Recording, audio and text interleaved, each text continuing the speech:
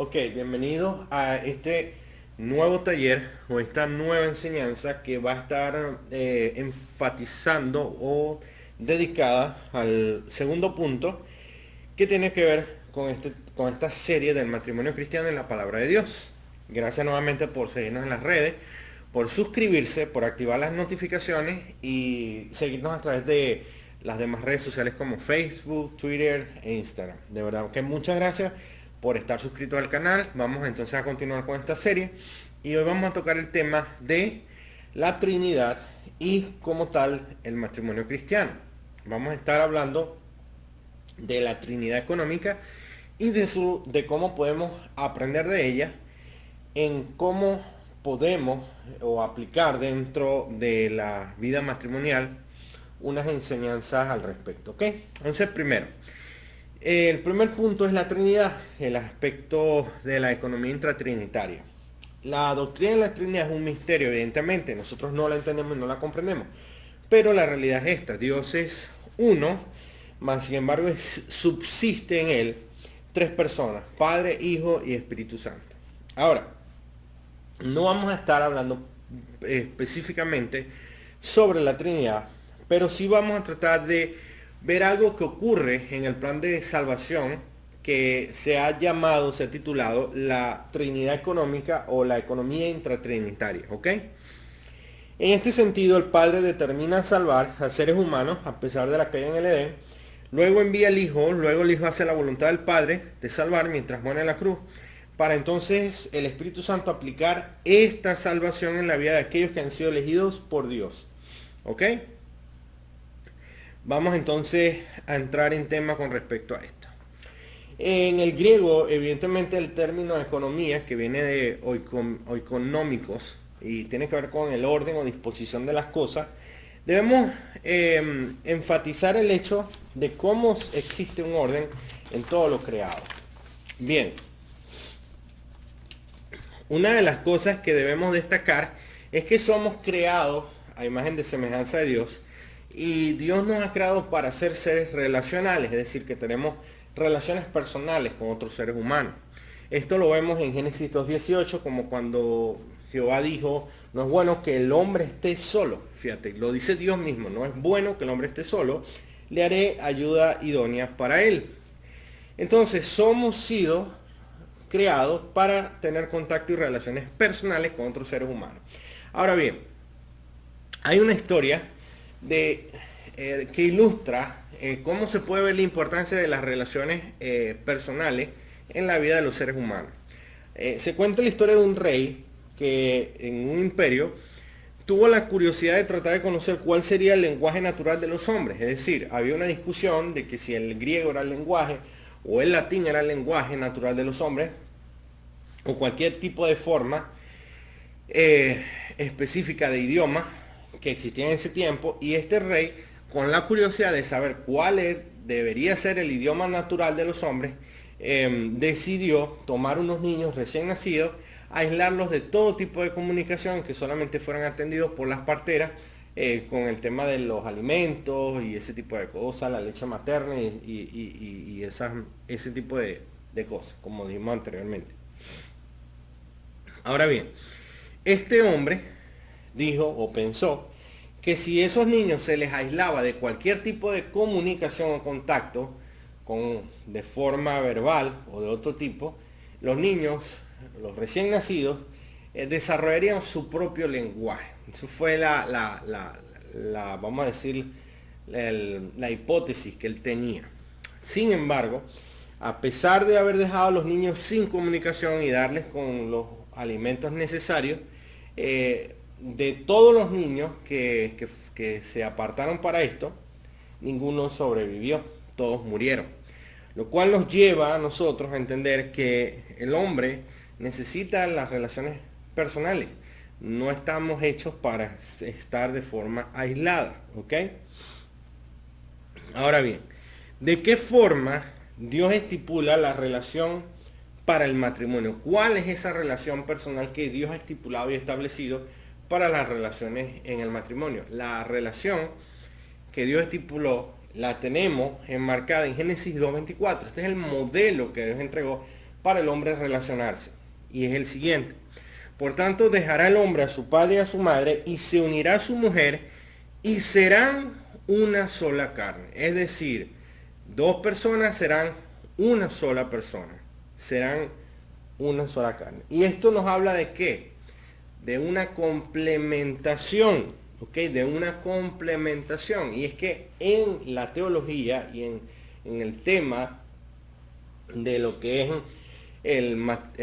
no voy a decir el matrimonio propiamente, sino el tema de cómo se observa el hombre y la mujer y sus relaciones, hay dos corrientes de pensamiento, que son el egalitarianismo por una parte y el complementarianismo por otra parte. Ahora ustedes se preguntarán, bueno, ¿qué son estas cosas? ¿Qué es egalitarianismo? Bueno, el egalitarianismo es la idea o la filosofía en donde el hombre y la mujer son totalmente iguales en capacidades, vamos a decirlo así, totalmente iguales en todos los sentidos, en capacidades, en fuerza, en muchas cosas. Y aunque eso es una media verdad, es decir, hay un potencial igual entre hombres y mujeres en el aspecto intelectual y todo este tipo de cosas, en la forma en la cual Dios creó al hombre y a la mujer, nos ha hecho diferentes, ¿ok? Con el sentido de que como unas piezas de rompecabezas se puedan encajar y se puedan complementar y no, en este caso, chocar y repelerse, ¿ok?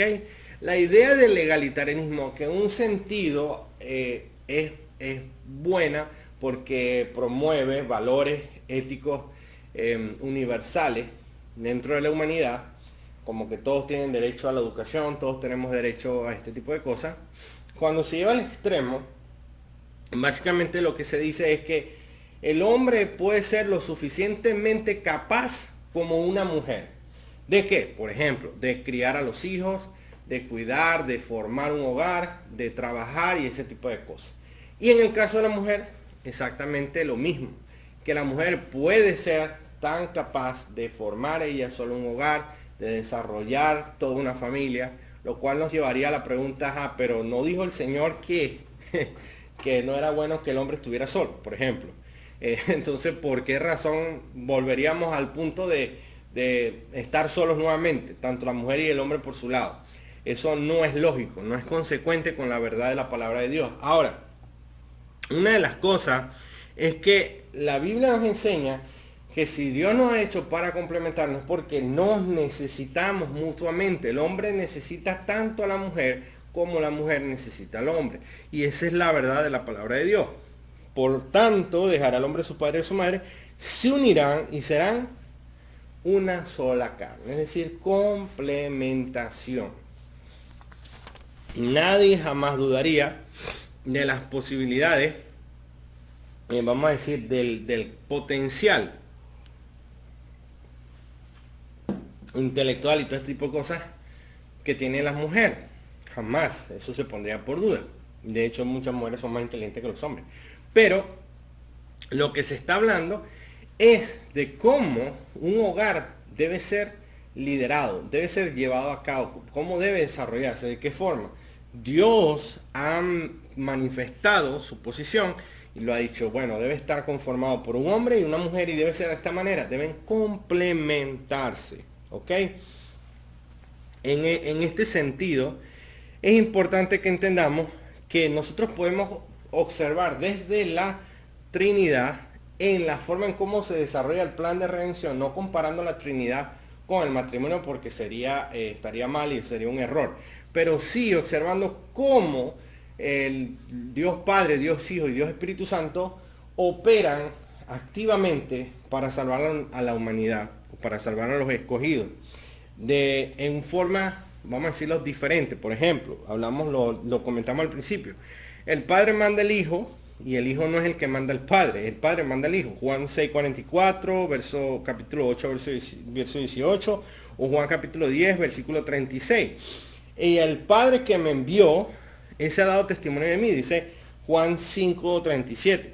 O, por ejemplo, Juan 6:38, Jesús vino desde el cielo no para hacer su propia voluntad, sino para hacer la voluntad del Padre, porque he descendido del cielo no para hacer mi voluntad, sino la voluntad del que me envió. Ahora, ¿cuáles son las implicaciones de esta verdad? Primero, que existen roles, existen papeles, por decirlo de una manera, incluso en la forma en la cual la Trinidad opera conjuntamente en unidad, no en el seno intratrinitario, sino afuera, fuera de la Trinidad, en cómo se desarrolla el plan de redención. Y cada uno se apega a su rol. Entonces, la pregunta es, ¿pudiéramos entender que en el papel del matrimonio existan roles y existan perfiles? Y la respuesta es sí, hay perfiles y hay roles para el esposo y para la esposa. Entonces, esto nos lleva, por ejemplo, a ver la realidad de que aunque en la Trinidad cada uno, Dios el Padre, el Hijo y el Espíritu Santo, operan de forma distinta en conformidad a sus roles, de la misma manera hay un propósito específico. ¿Cuál es ese propósito en la redención de la humanidad? La gloria de Dios. ¿Ok? Ese es el propósito. Pero también el hecho de salvar almas. Entonces eso es parte. De la misma manera nosotros podemos ver que en el matrimonio cristiano debe existir un propósito. Aunque son dos personas, hay un propósito. ¿Cuál debe ser el propósito de un matrimonio cristiano? Quizás el propósito de un matrimonio no cristiano es tener muchos hijos, formar una familia, comprar una casa, tener un edificio, una mansión, qué sé yo, lo que ustedes quieran poner allí. Puede ser en un matrimonio no cristiano. Pero en un matrimonio cristiano, el propósito es glorificar a Dios. Ese es el propósito real de un matrimonio cristiano. Ahora bien, ¿qué nos enseña esta verdad de la Trinidad económica, de Dios operando, Dios el Padre y el Espíritu Santo, para el matrimonio como tal? Primero, que debemos apegarnos a nuestro rol dentro del matrimonio, desempeñar nuestras funciones de la mejor manera porque es para la gloria de Dios, empezando por ahí. Debemos esforzarnos en equipo como uno solo, con un propósito definido, sirviendo a la familia, educando a los hijos, creciendo en la gracia del Señor. Segundo. Tercero, otra de las características más importantes que vemos en la Trinidad es la forma en la cual cada una de las personas de Dios buscan la gloria del otro. Por ejemplo, el Padre glorifica al Hijo. Mateo 3:16. Jesús después fue bautizado y aquí los cielos fueron abiertos y vio el Espíritu de Dios que descendía como paloma y venía sobre él. Y hubo una voz de los cielos que decía, este es mi Hijo amado en quien tengo complacencia, por ejemplo. Luego, nosotros tenemos la forma en la cual el Hijo glorifica al Padre haciendo su voluntad, haciendo la voluntad del Padre. Juan capítulo 6, versículo 39. Y esta es la voluntad del que me envió, de que de todo lo que Él me ha dado yo no pierda nada, sino que lo resucite en el día final. Entonces, en un matrimonio, cada una de las partes, tanto el esposo como la esposa, deben procurar en el servicio y la entrega a punto de manifestar una forma de preeminencia, de respeto, de dignidad y de decoro. ¿Ok? Eso es nuestro llamado al ver nosotros, por ejemplo, cómo Jesucristo de forma voluntaria obedece al Padre en sus mandamientos y en su llamado. Entonces,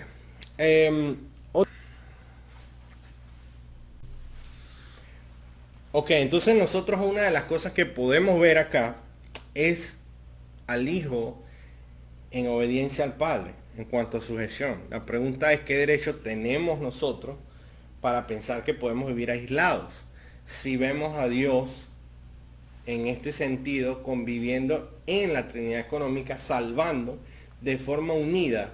¿Qué derecho tenemos, nosotros para vivir de forma aislada? De hecho, esto es un problema importante que a veces se desarrolla en los matrimonios, porque uno de los problemas que más frecuentemente ocurre es que en el matrimonio uno de los dos llega a pensar de que no está casado. ¿Y a qué me refiero con no estar casado? El hecho de sentirse individual, totalmente aislado, como que no está en una relación. Y actúan estas personas que piensan que piensan así, perdón, actúan de forma egoísta, acumulando todo para sí.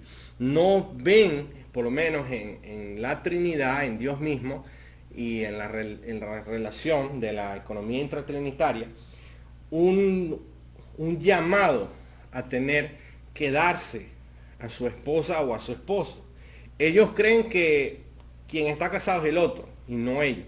Y eso es problemático. Sobre todo trae muchos problemas cuando uno de los dos toma decisiones de forma arbitraria, cuando uno de los dos considera que es el único que tiene derecho a hacer las cosas que hace y cuando una de las dos voces se opaca sobre otra. ¿Ok?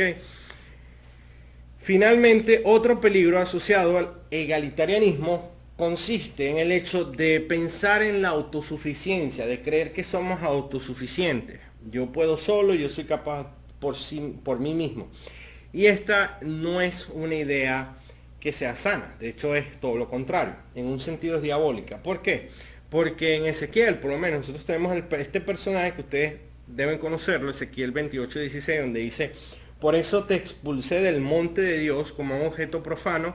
A ti, querubín protector, te borré de entre las piedras de fuego. A causa de tu hermosura, te llenaste de orgullo. A causa de tu esplendor, corrompiste tu sabiduría. Es decir, de una persona llegar a pensar, y yo soy suficiente, yo no necesito de nadie, yo puedo solo. Es un peligro. Porque la realidad es que no somos infalibles y no somos perfectos. Realmente todos tenemos cosas que mejorar y nos necesitamos unos a otros para corregirnos. Entonces, ese pensamiento de yo solo puedo hace daño dentro de un matrimonio. El otro punto es que cuando vemos en la sujeción del hijo hacia el padre, no en el tema del seno de la Trinidad, sino en el plan de redención, Dios Hijo salvando, nosotros debemos entender que hay una sujeción voluntaria. El Salmo 40, versículo 6 lo pone de esta manera: sacrificio o ofrenda no te agrada, has abierto mis oídos, no como alguien que le mete un palillo de hisopo para limpiarle el oído, sino que en el contexto cultural del Medio Oriente, cuando una persona era esclavo y ya había cumplido su tiempo de esclavitud hacia su amo, podía ser liberado. Pero si esa persona consideraba que su amo lo había tratado bien y lo había ayudado y se sentía como un hijo, vamos a decirlo así, o sea, el maestro de este esclavo llegó a tratarlo como a un hijo, ese esclavo podía decir: yo no me voy a ir, yo me voy a quedar contigo a tu lado. Y la forma que ellos tenían o usaban en ese entonces era perforándose uno de sus lóbulos del oído, de las orejas, perdón, y ubicándose allí o poniéndose un zarcillo. Era la forma. Entonces, acá en el Salmo 40, el autor en Hebreos nos dice que el que está hablando acá es Jesucristo, en el Salmo 40, verso 6. Y el has abierto mis oídos es la voluntad del Hijo en someterse al Padre, en virtud del plan de redención. Eso lo dice: holocausto y expiación no es demandado. Entonces dije: aquí vengo, en el rollo del libro está escrito de mí. El hacer tu voluntad, Dios mío, me ha agradado y tu ley está en medio de mi corazón. Porque es lo que compagina con las mismas palabras de Jesús en Juan 6:38, porque he descendido del cielo no para hacer mi voluntad, sino la voluntad del que me envió. Ahora bien, Dios evidentemente nos muestra cómo el Hijo voluntariamente se sujeta al Padre en virtud de la salvación, pero también cómo el Hijo luego envía el Espíritu Santo en Juan 15:26, que dice: pero cuando venga el Consolador, a quien yo os enviaré del Padre, el Espíritu de verdad, el cual procede del Padre, él dará testimonio acerca de mí. Y en efecto eso es lo que hace el Espíritu Santo, porque el Espíritu Santo testifica de Jesús. En Hechos 5:30 se hace la mención.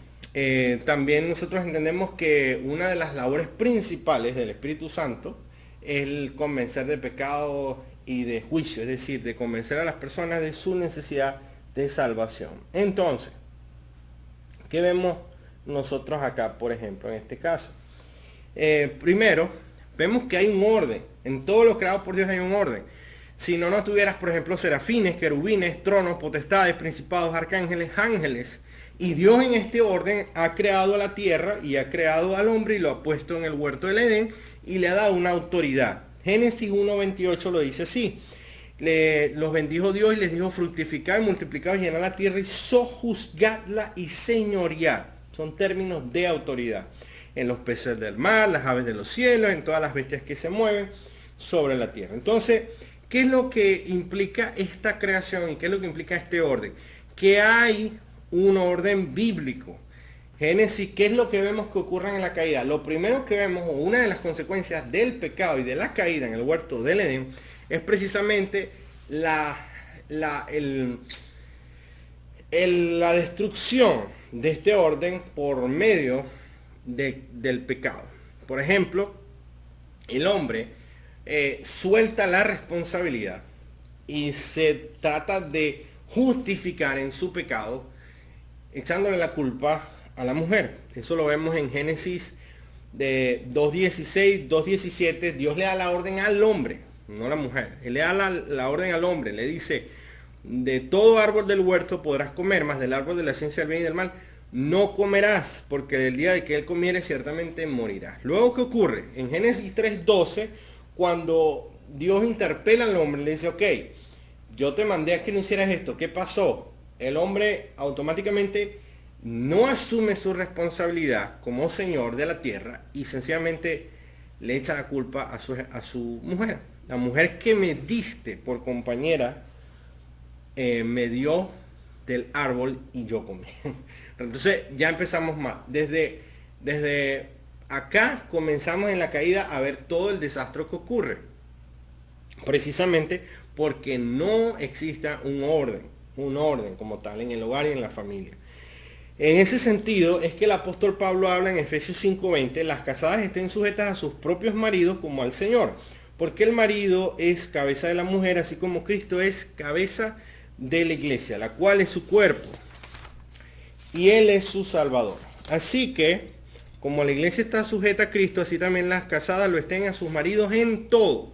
Efesios 5:25: maridos, amad a vuestras mujeres, así como Cristo amó a la iglesia y se entregó a sí mismo por ella.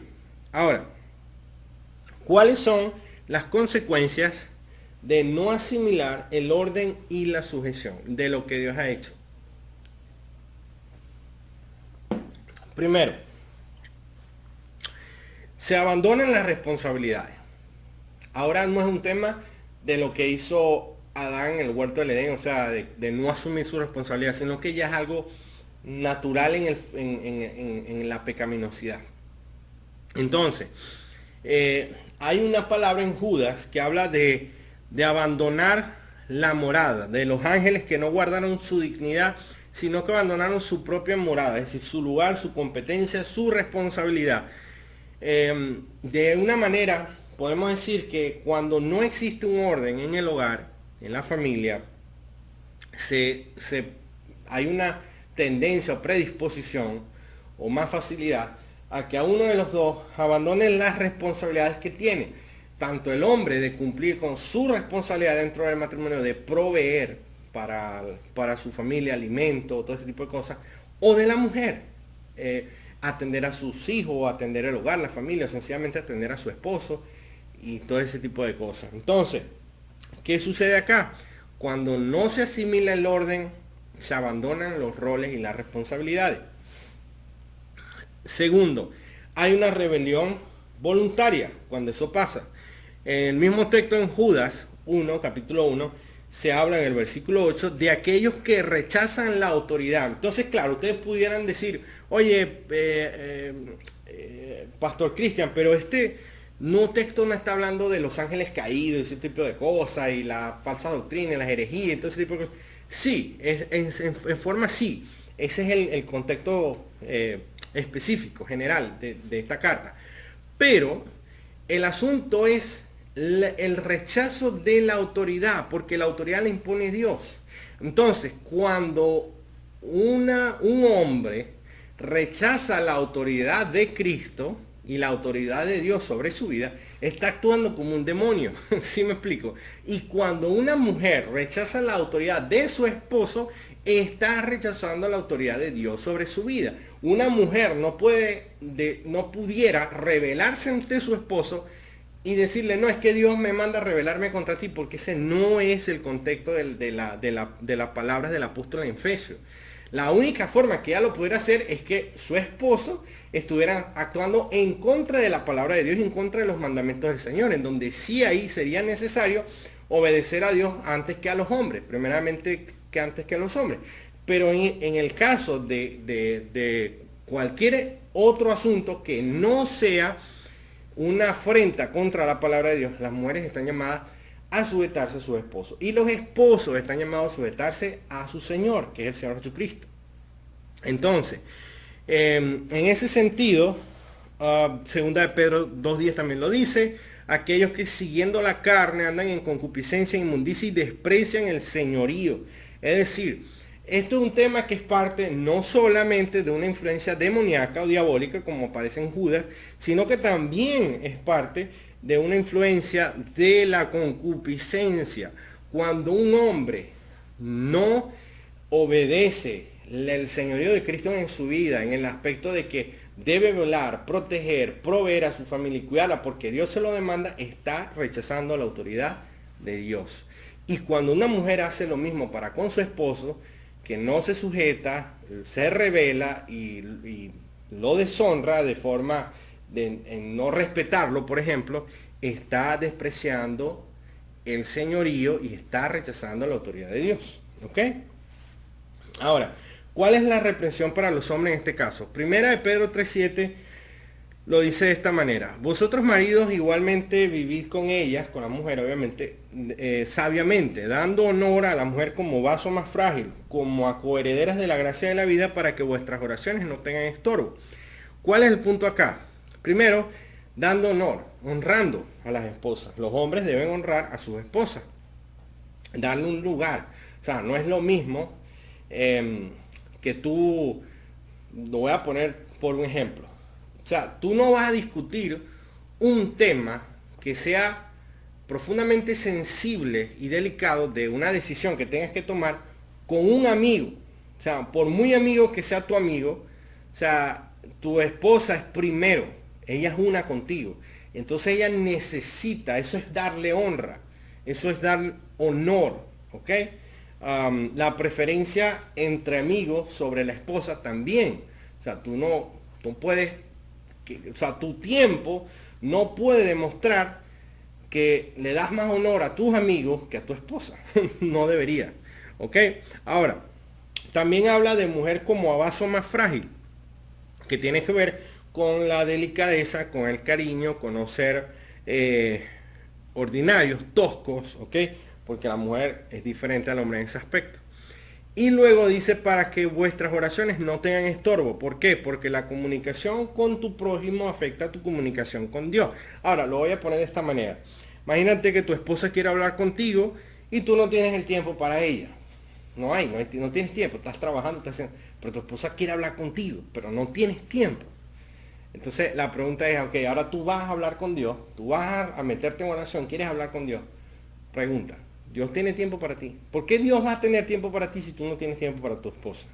¿Sí me explico? Entonces, esto debe ser un llamado a los hombres con respecto a este tema de la reprensión. Ahora, para el caso de las mujeres, se dice, por ejemplo, en 1 de Pedro 3:1, asimismo vosotras mujeres estáis sujetos a vuestros maridos, estás sujetas a vuestros maridos, para que también los que no creen a la palabra sean ganados sin palabra por la conducta de sus esposas. Imagínate, la forma en la cual, esposa, tú tratas a tu esposo, lo honras, lo respetas, transmite un mensaje a aquellos que no son creyentes. Es decir, que tu relación de esposa debe ser tan pura y tan santa al punto de que otros hombres puedan decir, oye, yo quisiera tener una esposa así, yo quisiera estar casado con una mujer así. Imagínate. No que digan otra cosa, no que digan, a la broma, pero si imagínate, y mira cómo lo gobierna, y mira cómo lo manda, y mire, y eso que son cristianos. Entonces, ese no es el punto. Ahora, en el aspecto del otro capítulo perdón, el otro versículo es 1 Pedro 3:6, dice, como Sara obedecía a Abraham, llamándole Señor, de lo cual vosotras habéis venido a ser hijas, si hacéis el bien, sin temer ninguna amenaza. Este es el otro punto. Primero, Pedro dice que todas las que están en Cristo, todas las mujeres que están en Cristo, así como somos descendientes de Abraham, la mujer puede ser descendiente de Sara. Es decir, hablando de forma analógica, esto es una ilustración, no es que todos somos descendientes de Abraham por la fe. Pero el punto es que vienen a ser hijas si llaman a su esposo Señor. Es decir, no es por decirle Señor, Señor, pero me refiero al respeto, a la honra que le dan a sus esposos. Si lo hacen, vienen a ser hijas de Sara. Y lo dicen que lo hacen sin temer ninguna amenaza. ¿Por qué? Porque evidentemente las mujeres deben de forma voluntaria anhelar servir a sus esposos y amarlos respetándolos. No porque el esposo las maltrate físicamente, por lo cual sería pecado y sería evidentemente penado por la ley, porque sería una violación a los derechos humanos, etcétera, etcétera, y una forma de un acto criminal. Pero porque el hombre no es como una especie de tirano que gobierna a su antojo y a sus caprichos y las manipula o las intimida de alguna manera. No, no es la forma en la cual la mujer debe de forma voluntaria honrar y respetar a su esposo. No por eso. Lo debe hacer porque el esposo es un líder en el hogar, porque ellas lo siguen a él, porque él le muestra, obviamente, el camino a seguir en Cristo Jesús y porque es un hombre que está dedicado de forma responsable, haciendo lo que le corresponde como hombre, asumiendo su rol, portándose varonilmente, como lo dice la Escritura. Entonces, en este sentido, no debe ser de una forma de intimidación, ni de manipulación, ni de sugestionamiento, para nada. Todo lo contrario. Pero es importante que así como se llama que los hombres tengan estas actitudes para liderar en sus hogares y ser hombres que sean bíblicos, a la mujer se le llama a entender que ella va a tener que luchar internamente con este pecado de que de rebelarse, de no querer sujetarse, porque es la lucha interna de la mujer, ¿ok? Es importante que ella reconozca que debe mortificar su pecado de querer rebelarse todo el tiempo. Porque si ni siquiera está clara que tiene esa lucha, entonces imagínate cómo va a poder, de qué manera va entonces a trabajar en esa necesidad que tiene, en donde Dios las llama específicamente a tener esa actitud. Y luego en Efesios 5:22 dice, estén sujetas a sus propios maridos. Ahora, el asunto que dice a sus propios maridos parece redundar, porque si son maridos es el único que tiene, ¿no? Pero evidentemente, cuando habla de sus propios maridos, es en el hecho de preguntarse a quién debe obedecer. ¿Y por qué? Porque la tendencia a veces puede ocurrir entre las mujeres casadas es a considerar el consejo de sus esposos como menos o a través de tercero. Es decir, si el esposo le dice algo no lo atiende, pero si es su mejor amiga, entonces sí le presta atención. Ahora, el llamado aquí no es a sujetarse a tu mejor amiga o a tu papá o a tu mamá. No, el llamado es a sujetarse a su esposo. Si usted tiene un esposo, ya usted dejó el seno familiar de papá y mamá y ahora su cabeza es su esposo y la cabeza de su esposo es Cristo, no es su papá y su mamá. Usted está llamada a sujetarse a su esposo porque Él es el que vela por usted, la guarda, la protege y le provee. En el día de la enfermedad, en el día de la vejez, el que va a estar ahí a su lado no va a ser su mejor amiga, ni va a ser su hermano, ni va a ser su papá, ni su mamá. Va a ser su esposo. No quiere decir que esas personas no puedan estar. Lo que estoy diciendo es que el llamado primario es de tu pareja, porque es una sola, son ustedes dos una sola carne, ¿ok? Entonces ese es el punto con eso. Ni tampoco tus hijos, porque tus hijos también se van a ir, van a dejar el hogar y vas a quedar con tu esposo que Dios te dio. ¿Ok? Ahora, en este punto, tercer punto, tiene que ver ya propiamente con la Trinidad. En una forma se habló históricamente de un término que es pericoresis y tiene que ver con el movimiento, la actividad que existe en Dios Trino. Recordemos, estamos hablando de un Dios, de tres personas en un Dios. Cuando vemos la actividad en el plan de redención, nosotros vemos que hay una armonía perfecta, hay una unidad, al punto en donde en Juan 5:19 dice Jesús lo siguiente: no puede el Hijo hacer nada por sí mismo, sino lo que ve hacer el Padre, porque todo lo que el Padre hace también lo hace el Hijo igualmente. ¿En qué forma ocurre esto? Bueno, se le llamó pericoresis porque es un movimiento perfecto y sincronizado. Es decir, es como cuando usted pone un espejo y usted hace un movimiento y el espejo, usted se ve reflejado en el espejo haciendo el mismo movimiento. Entonces, Juan 14:10 lo dice de esta manera, el Señor Jesucristo: ¿no crees que yo soy en el Padre y el Padre en mí? Las palabras que yo os hablo no las hablo por mi propia cuenta, sino que el Padre que mora en mí, Él hace las obras. Ahora, ¿cuál es el punto con esto? Que así como existe este movimiento perfecto, armonioso en la Trinidad, todo el universo gira y tiene un movimiento en sí. La Tierra, el sistema solar, las galaxias, los átomos, que son la base de la materia, protones, electrones, etc. Existe todo este movimiento perfecto y armonioso. Al punto en donde yo he decidido hacer una analogía, una metáfora sobre la danza como tal y el matrimonio. ¿De qué manera comparado? Bueno, en 4 puntos importantes. Primero, en una danza debe existir una unidad, y la pareja que se sumerge en una danza entra en un ritmo. El hombre y la mujer se pierden en una coreografía al punto de que no se percibe dos personas, sino que se percibe una sola moción y un solo movimiento en una sincronización al compás de un ritmo de una canción.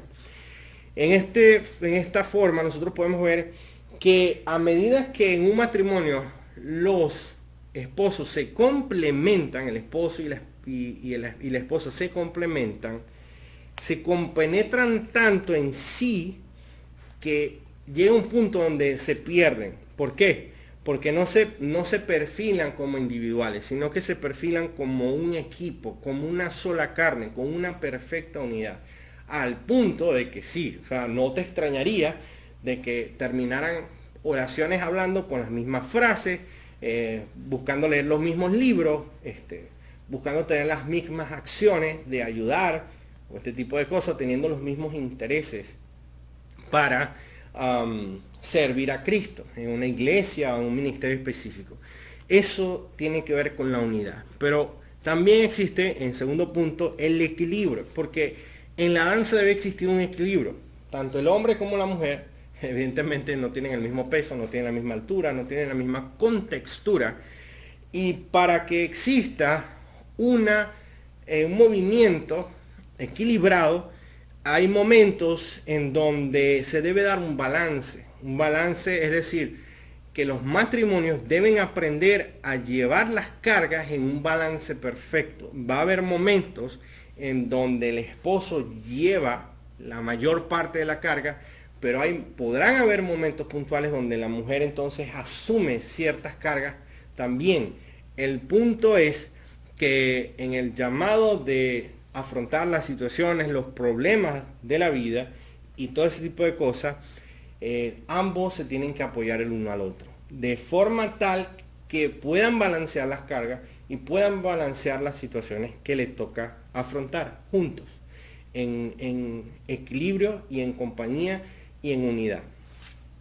Tercero, debe existir confianza, porque así como en una danza hay movimientos que son complejos y que requieren que tu pareja de baile confíe plenamente, tú confíes plenamente en él o ella confíe plenamente en ti. En esa forma, uno de los participantes debe descansar plenamente en otro en un movimiento a realizar. ¿Por qué? Porque va a haber movimientos riesgosos que implican algún tipo de, sí, de riesgo que se corre. Y lamentablemente, si no hay una confianza, se termina por no conseguir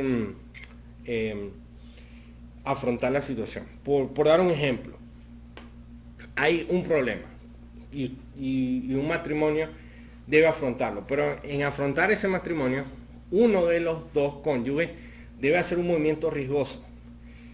Ese movimiento riesgoso implica que la esposa o el esposo, sea cual sea los dos casos, confíe plenamente en él o en ella. Si no hay confianza, el movimiento no se puede dar y no se puede sortear la situación y el problema, o no se puede quizás manejar bien, generando una separación o un aislamiento.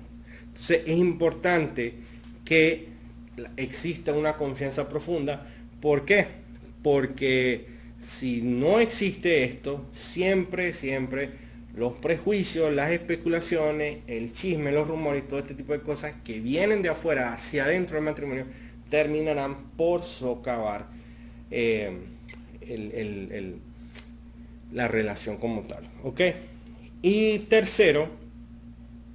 cuarto, la sincronía. Ahora bien, en este punto, en la danza, cuando una pareja entra a bailar, vamos a hablar de un vals, por ejemplo, un vals como tal. Cuando uno entra en un ritmo que ya está creado. Tú no puedes cambiar el ritmo, tú no puedes decir, mira, páralo así y toca el vals de esta manera. No se puede hacer, no es la manera como funciona. De la misma forma, cuando nosotros entramos como matrimonio en una relación de vida, tú no puedes cambiar el rumbo de la vida. O sea, tú no puedes decir qué cosas vas decides qué cosas afrontar y qué cosas no. La vida viene y con ella los problemas, las situaciones, todo eso viene hacia ti, viene hacia ustedes como matrimonio. Ustedes no pueden escoger qué van a manejar y qué no. De esa manera, eso es parte de la confianza en la soberanía divina, en el hecho de que Dios está en control de todo lo que ocurre en el universo. Y de que si Dios ha permitido que estas cosas vengan, es porque sabe que ustedes tienen como matrimonio la capacidad y la habilidad en Cristo, obviamente, y conforme a la sabiduría que Dios nos ha entregado en su palabra, de poder manejar esas situaciones. ¿Ok? El problema es que muchas veces uno entra en... bueno, esto implica también... Primero implica saber eso. El hecho de que Dios es soberano y que tenemos que asimilar el ritmo con el cual nos ha tocado bailar, por decirlo así, la canción de la vida que nos toca bailar, por decirlo de una forma poética. Pero más allá de eso también implica el sentido de que tiene que haber sincronización. ¿Por qué? Porque si tu esposa está bailando un ritmo diferente y tú estás bailando otro ritmo, vas a chocar con todo. Entonces no se puede de esa manera. Y el punto es que Dios en su palabra nos ha dejado suficiente sabiduría como para que nosotros podamos hacer uso de ella y poder tener una sincronización perfecta. ¿De qué manera? Bueno, lo hemos estado diciendo, cuando la mujer se apega a sus roles, cuando ella se apega a lo que Dios la ha llamado a hacer, cuando el hombre cumple su papel, cumple con su rol, vive la vida de esposo que Dios le demanda y asume ese compromiso ante Dios. Todas esas cosas son fundamentos que nosotros nos ayudan a que tengamos el ritmo perfecto como pareja para poder sortear y manejar las situaciones de la vida. ¿Ok? Ya con esto termino con esta reflexión teológica sobre el Señor Jesucristo, en el sentido de que Él se sujeta voluntariamente al Padre, no en la Trinidad, porque eso sería subordinacionismo y es una herejía, no estoy diciendo eso, pero sí en el plan de redención, Jesús, Dios Hijo encarnado, se sujeta voluntariamente al Padre para hacer la obra de redención. La pregunta es, ¿cuál es tu excusa para no sujetarte a Dios? Hombre, ¿cuál es tu excusa para no sujetarte a Cristo en el llamado que Cristo te hace de ser un proveedor y protector del hogar y de tu familia? ¿Cuál es tu excusa y tu pretexto, mujer, para no sujetarte a tu esposo en tu llamado que tienes para con él? Si Cristo lo ha hecho, ¿por qué tú no puedes? ¿Por qué no podemos? Segundo, si Jesucristo se ama y se da completamente y enteramente hasta morir en la cruz por la iglesia, ¿cuál es nuestra excusa a nosotros como hombres para no amar a nuestras esposas como Cristo amó a la iglesia? Eso es lo que dice el apóstol Pablo en Efesios. Si Jesucristo lo ha hecho, ¿quiénes somos nosotros para no hacerlo? Y finalmente, si nosotros podemos ver en la Trinidad económica al Dios Hijo encarnado, salvando, operando, haciendo la voluntad del Padre, al Espíritu Santo siendo enviado por el Hijo en perfecta armonía y unidad, ¿cómo no podemos esperar nosotros entonces que nosotros observando esto, busquemos como esposos y esposas en un matrimonio vivir teniendo una misma mente, un mismo corazón y siendo una sola carne, cuando ese fue el llamado original desde el principio y desde la creación? Mientras nosotros procuremos ir a Jesús, tanto el hombre como la mujer, si vamos todos a Jesús, nos encontraremos juntos en el punto final, en el punto de la cúspide. Entonces, vivamos meditando y reflexionando con el llamado que Dios nos hace a comprender el orden en la creación y a comprender nuestros roles en el matrimonio. Que Dios les guarde y les bendiga en Cristo Jesús y nos vemos en la próxima oportunidad para continuar con esta serie.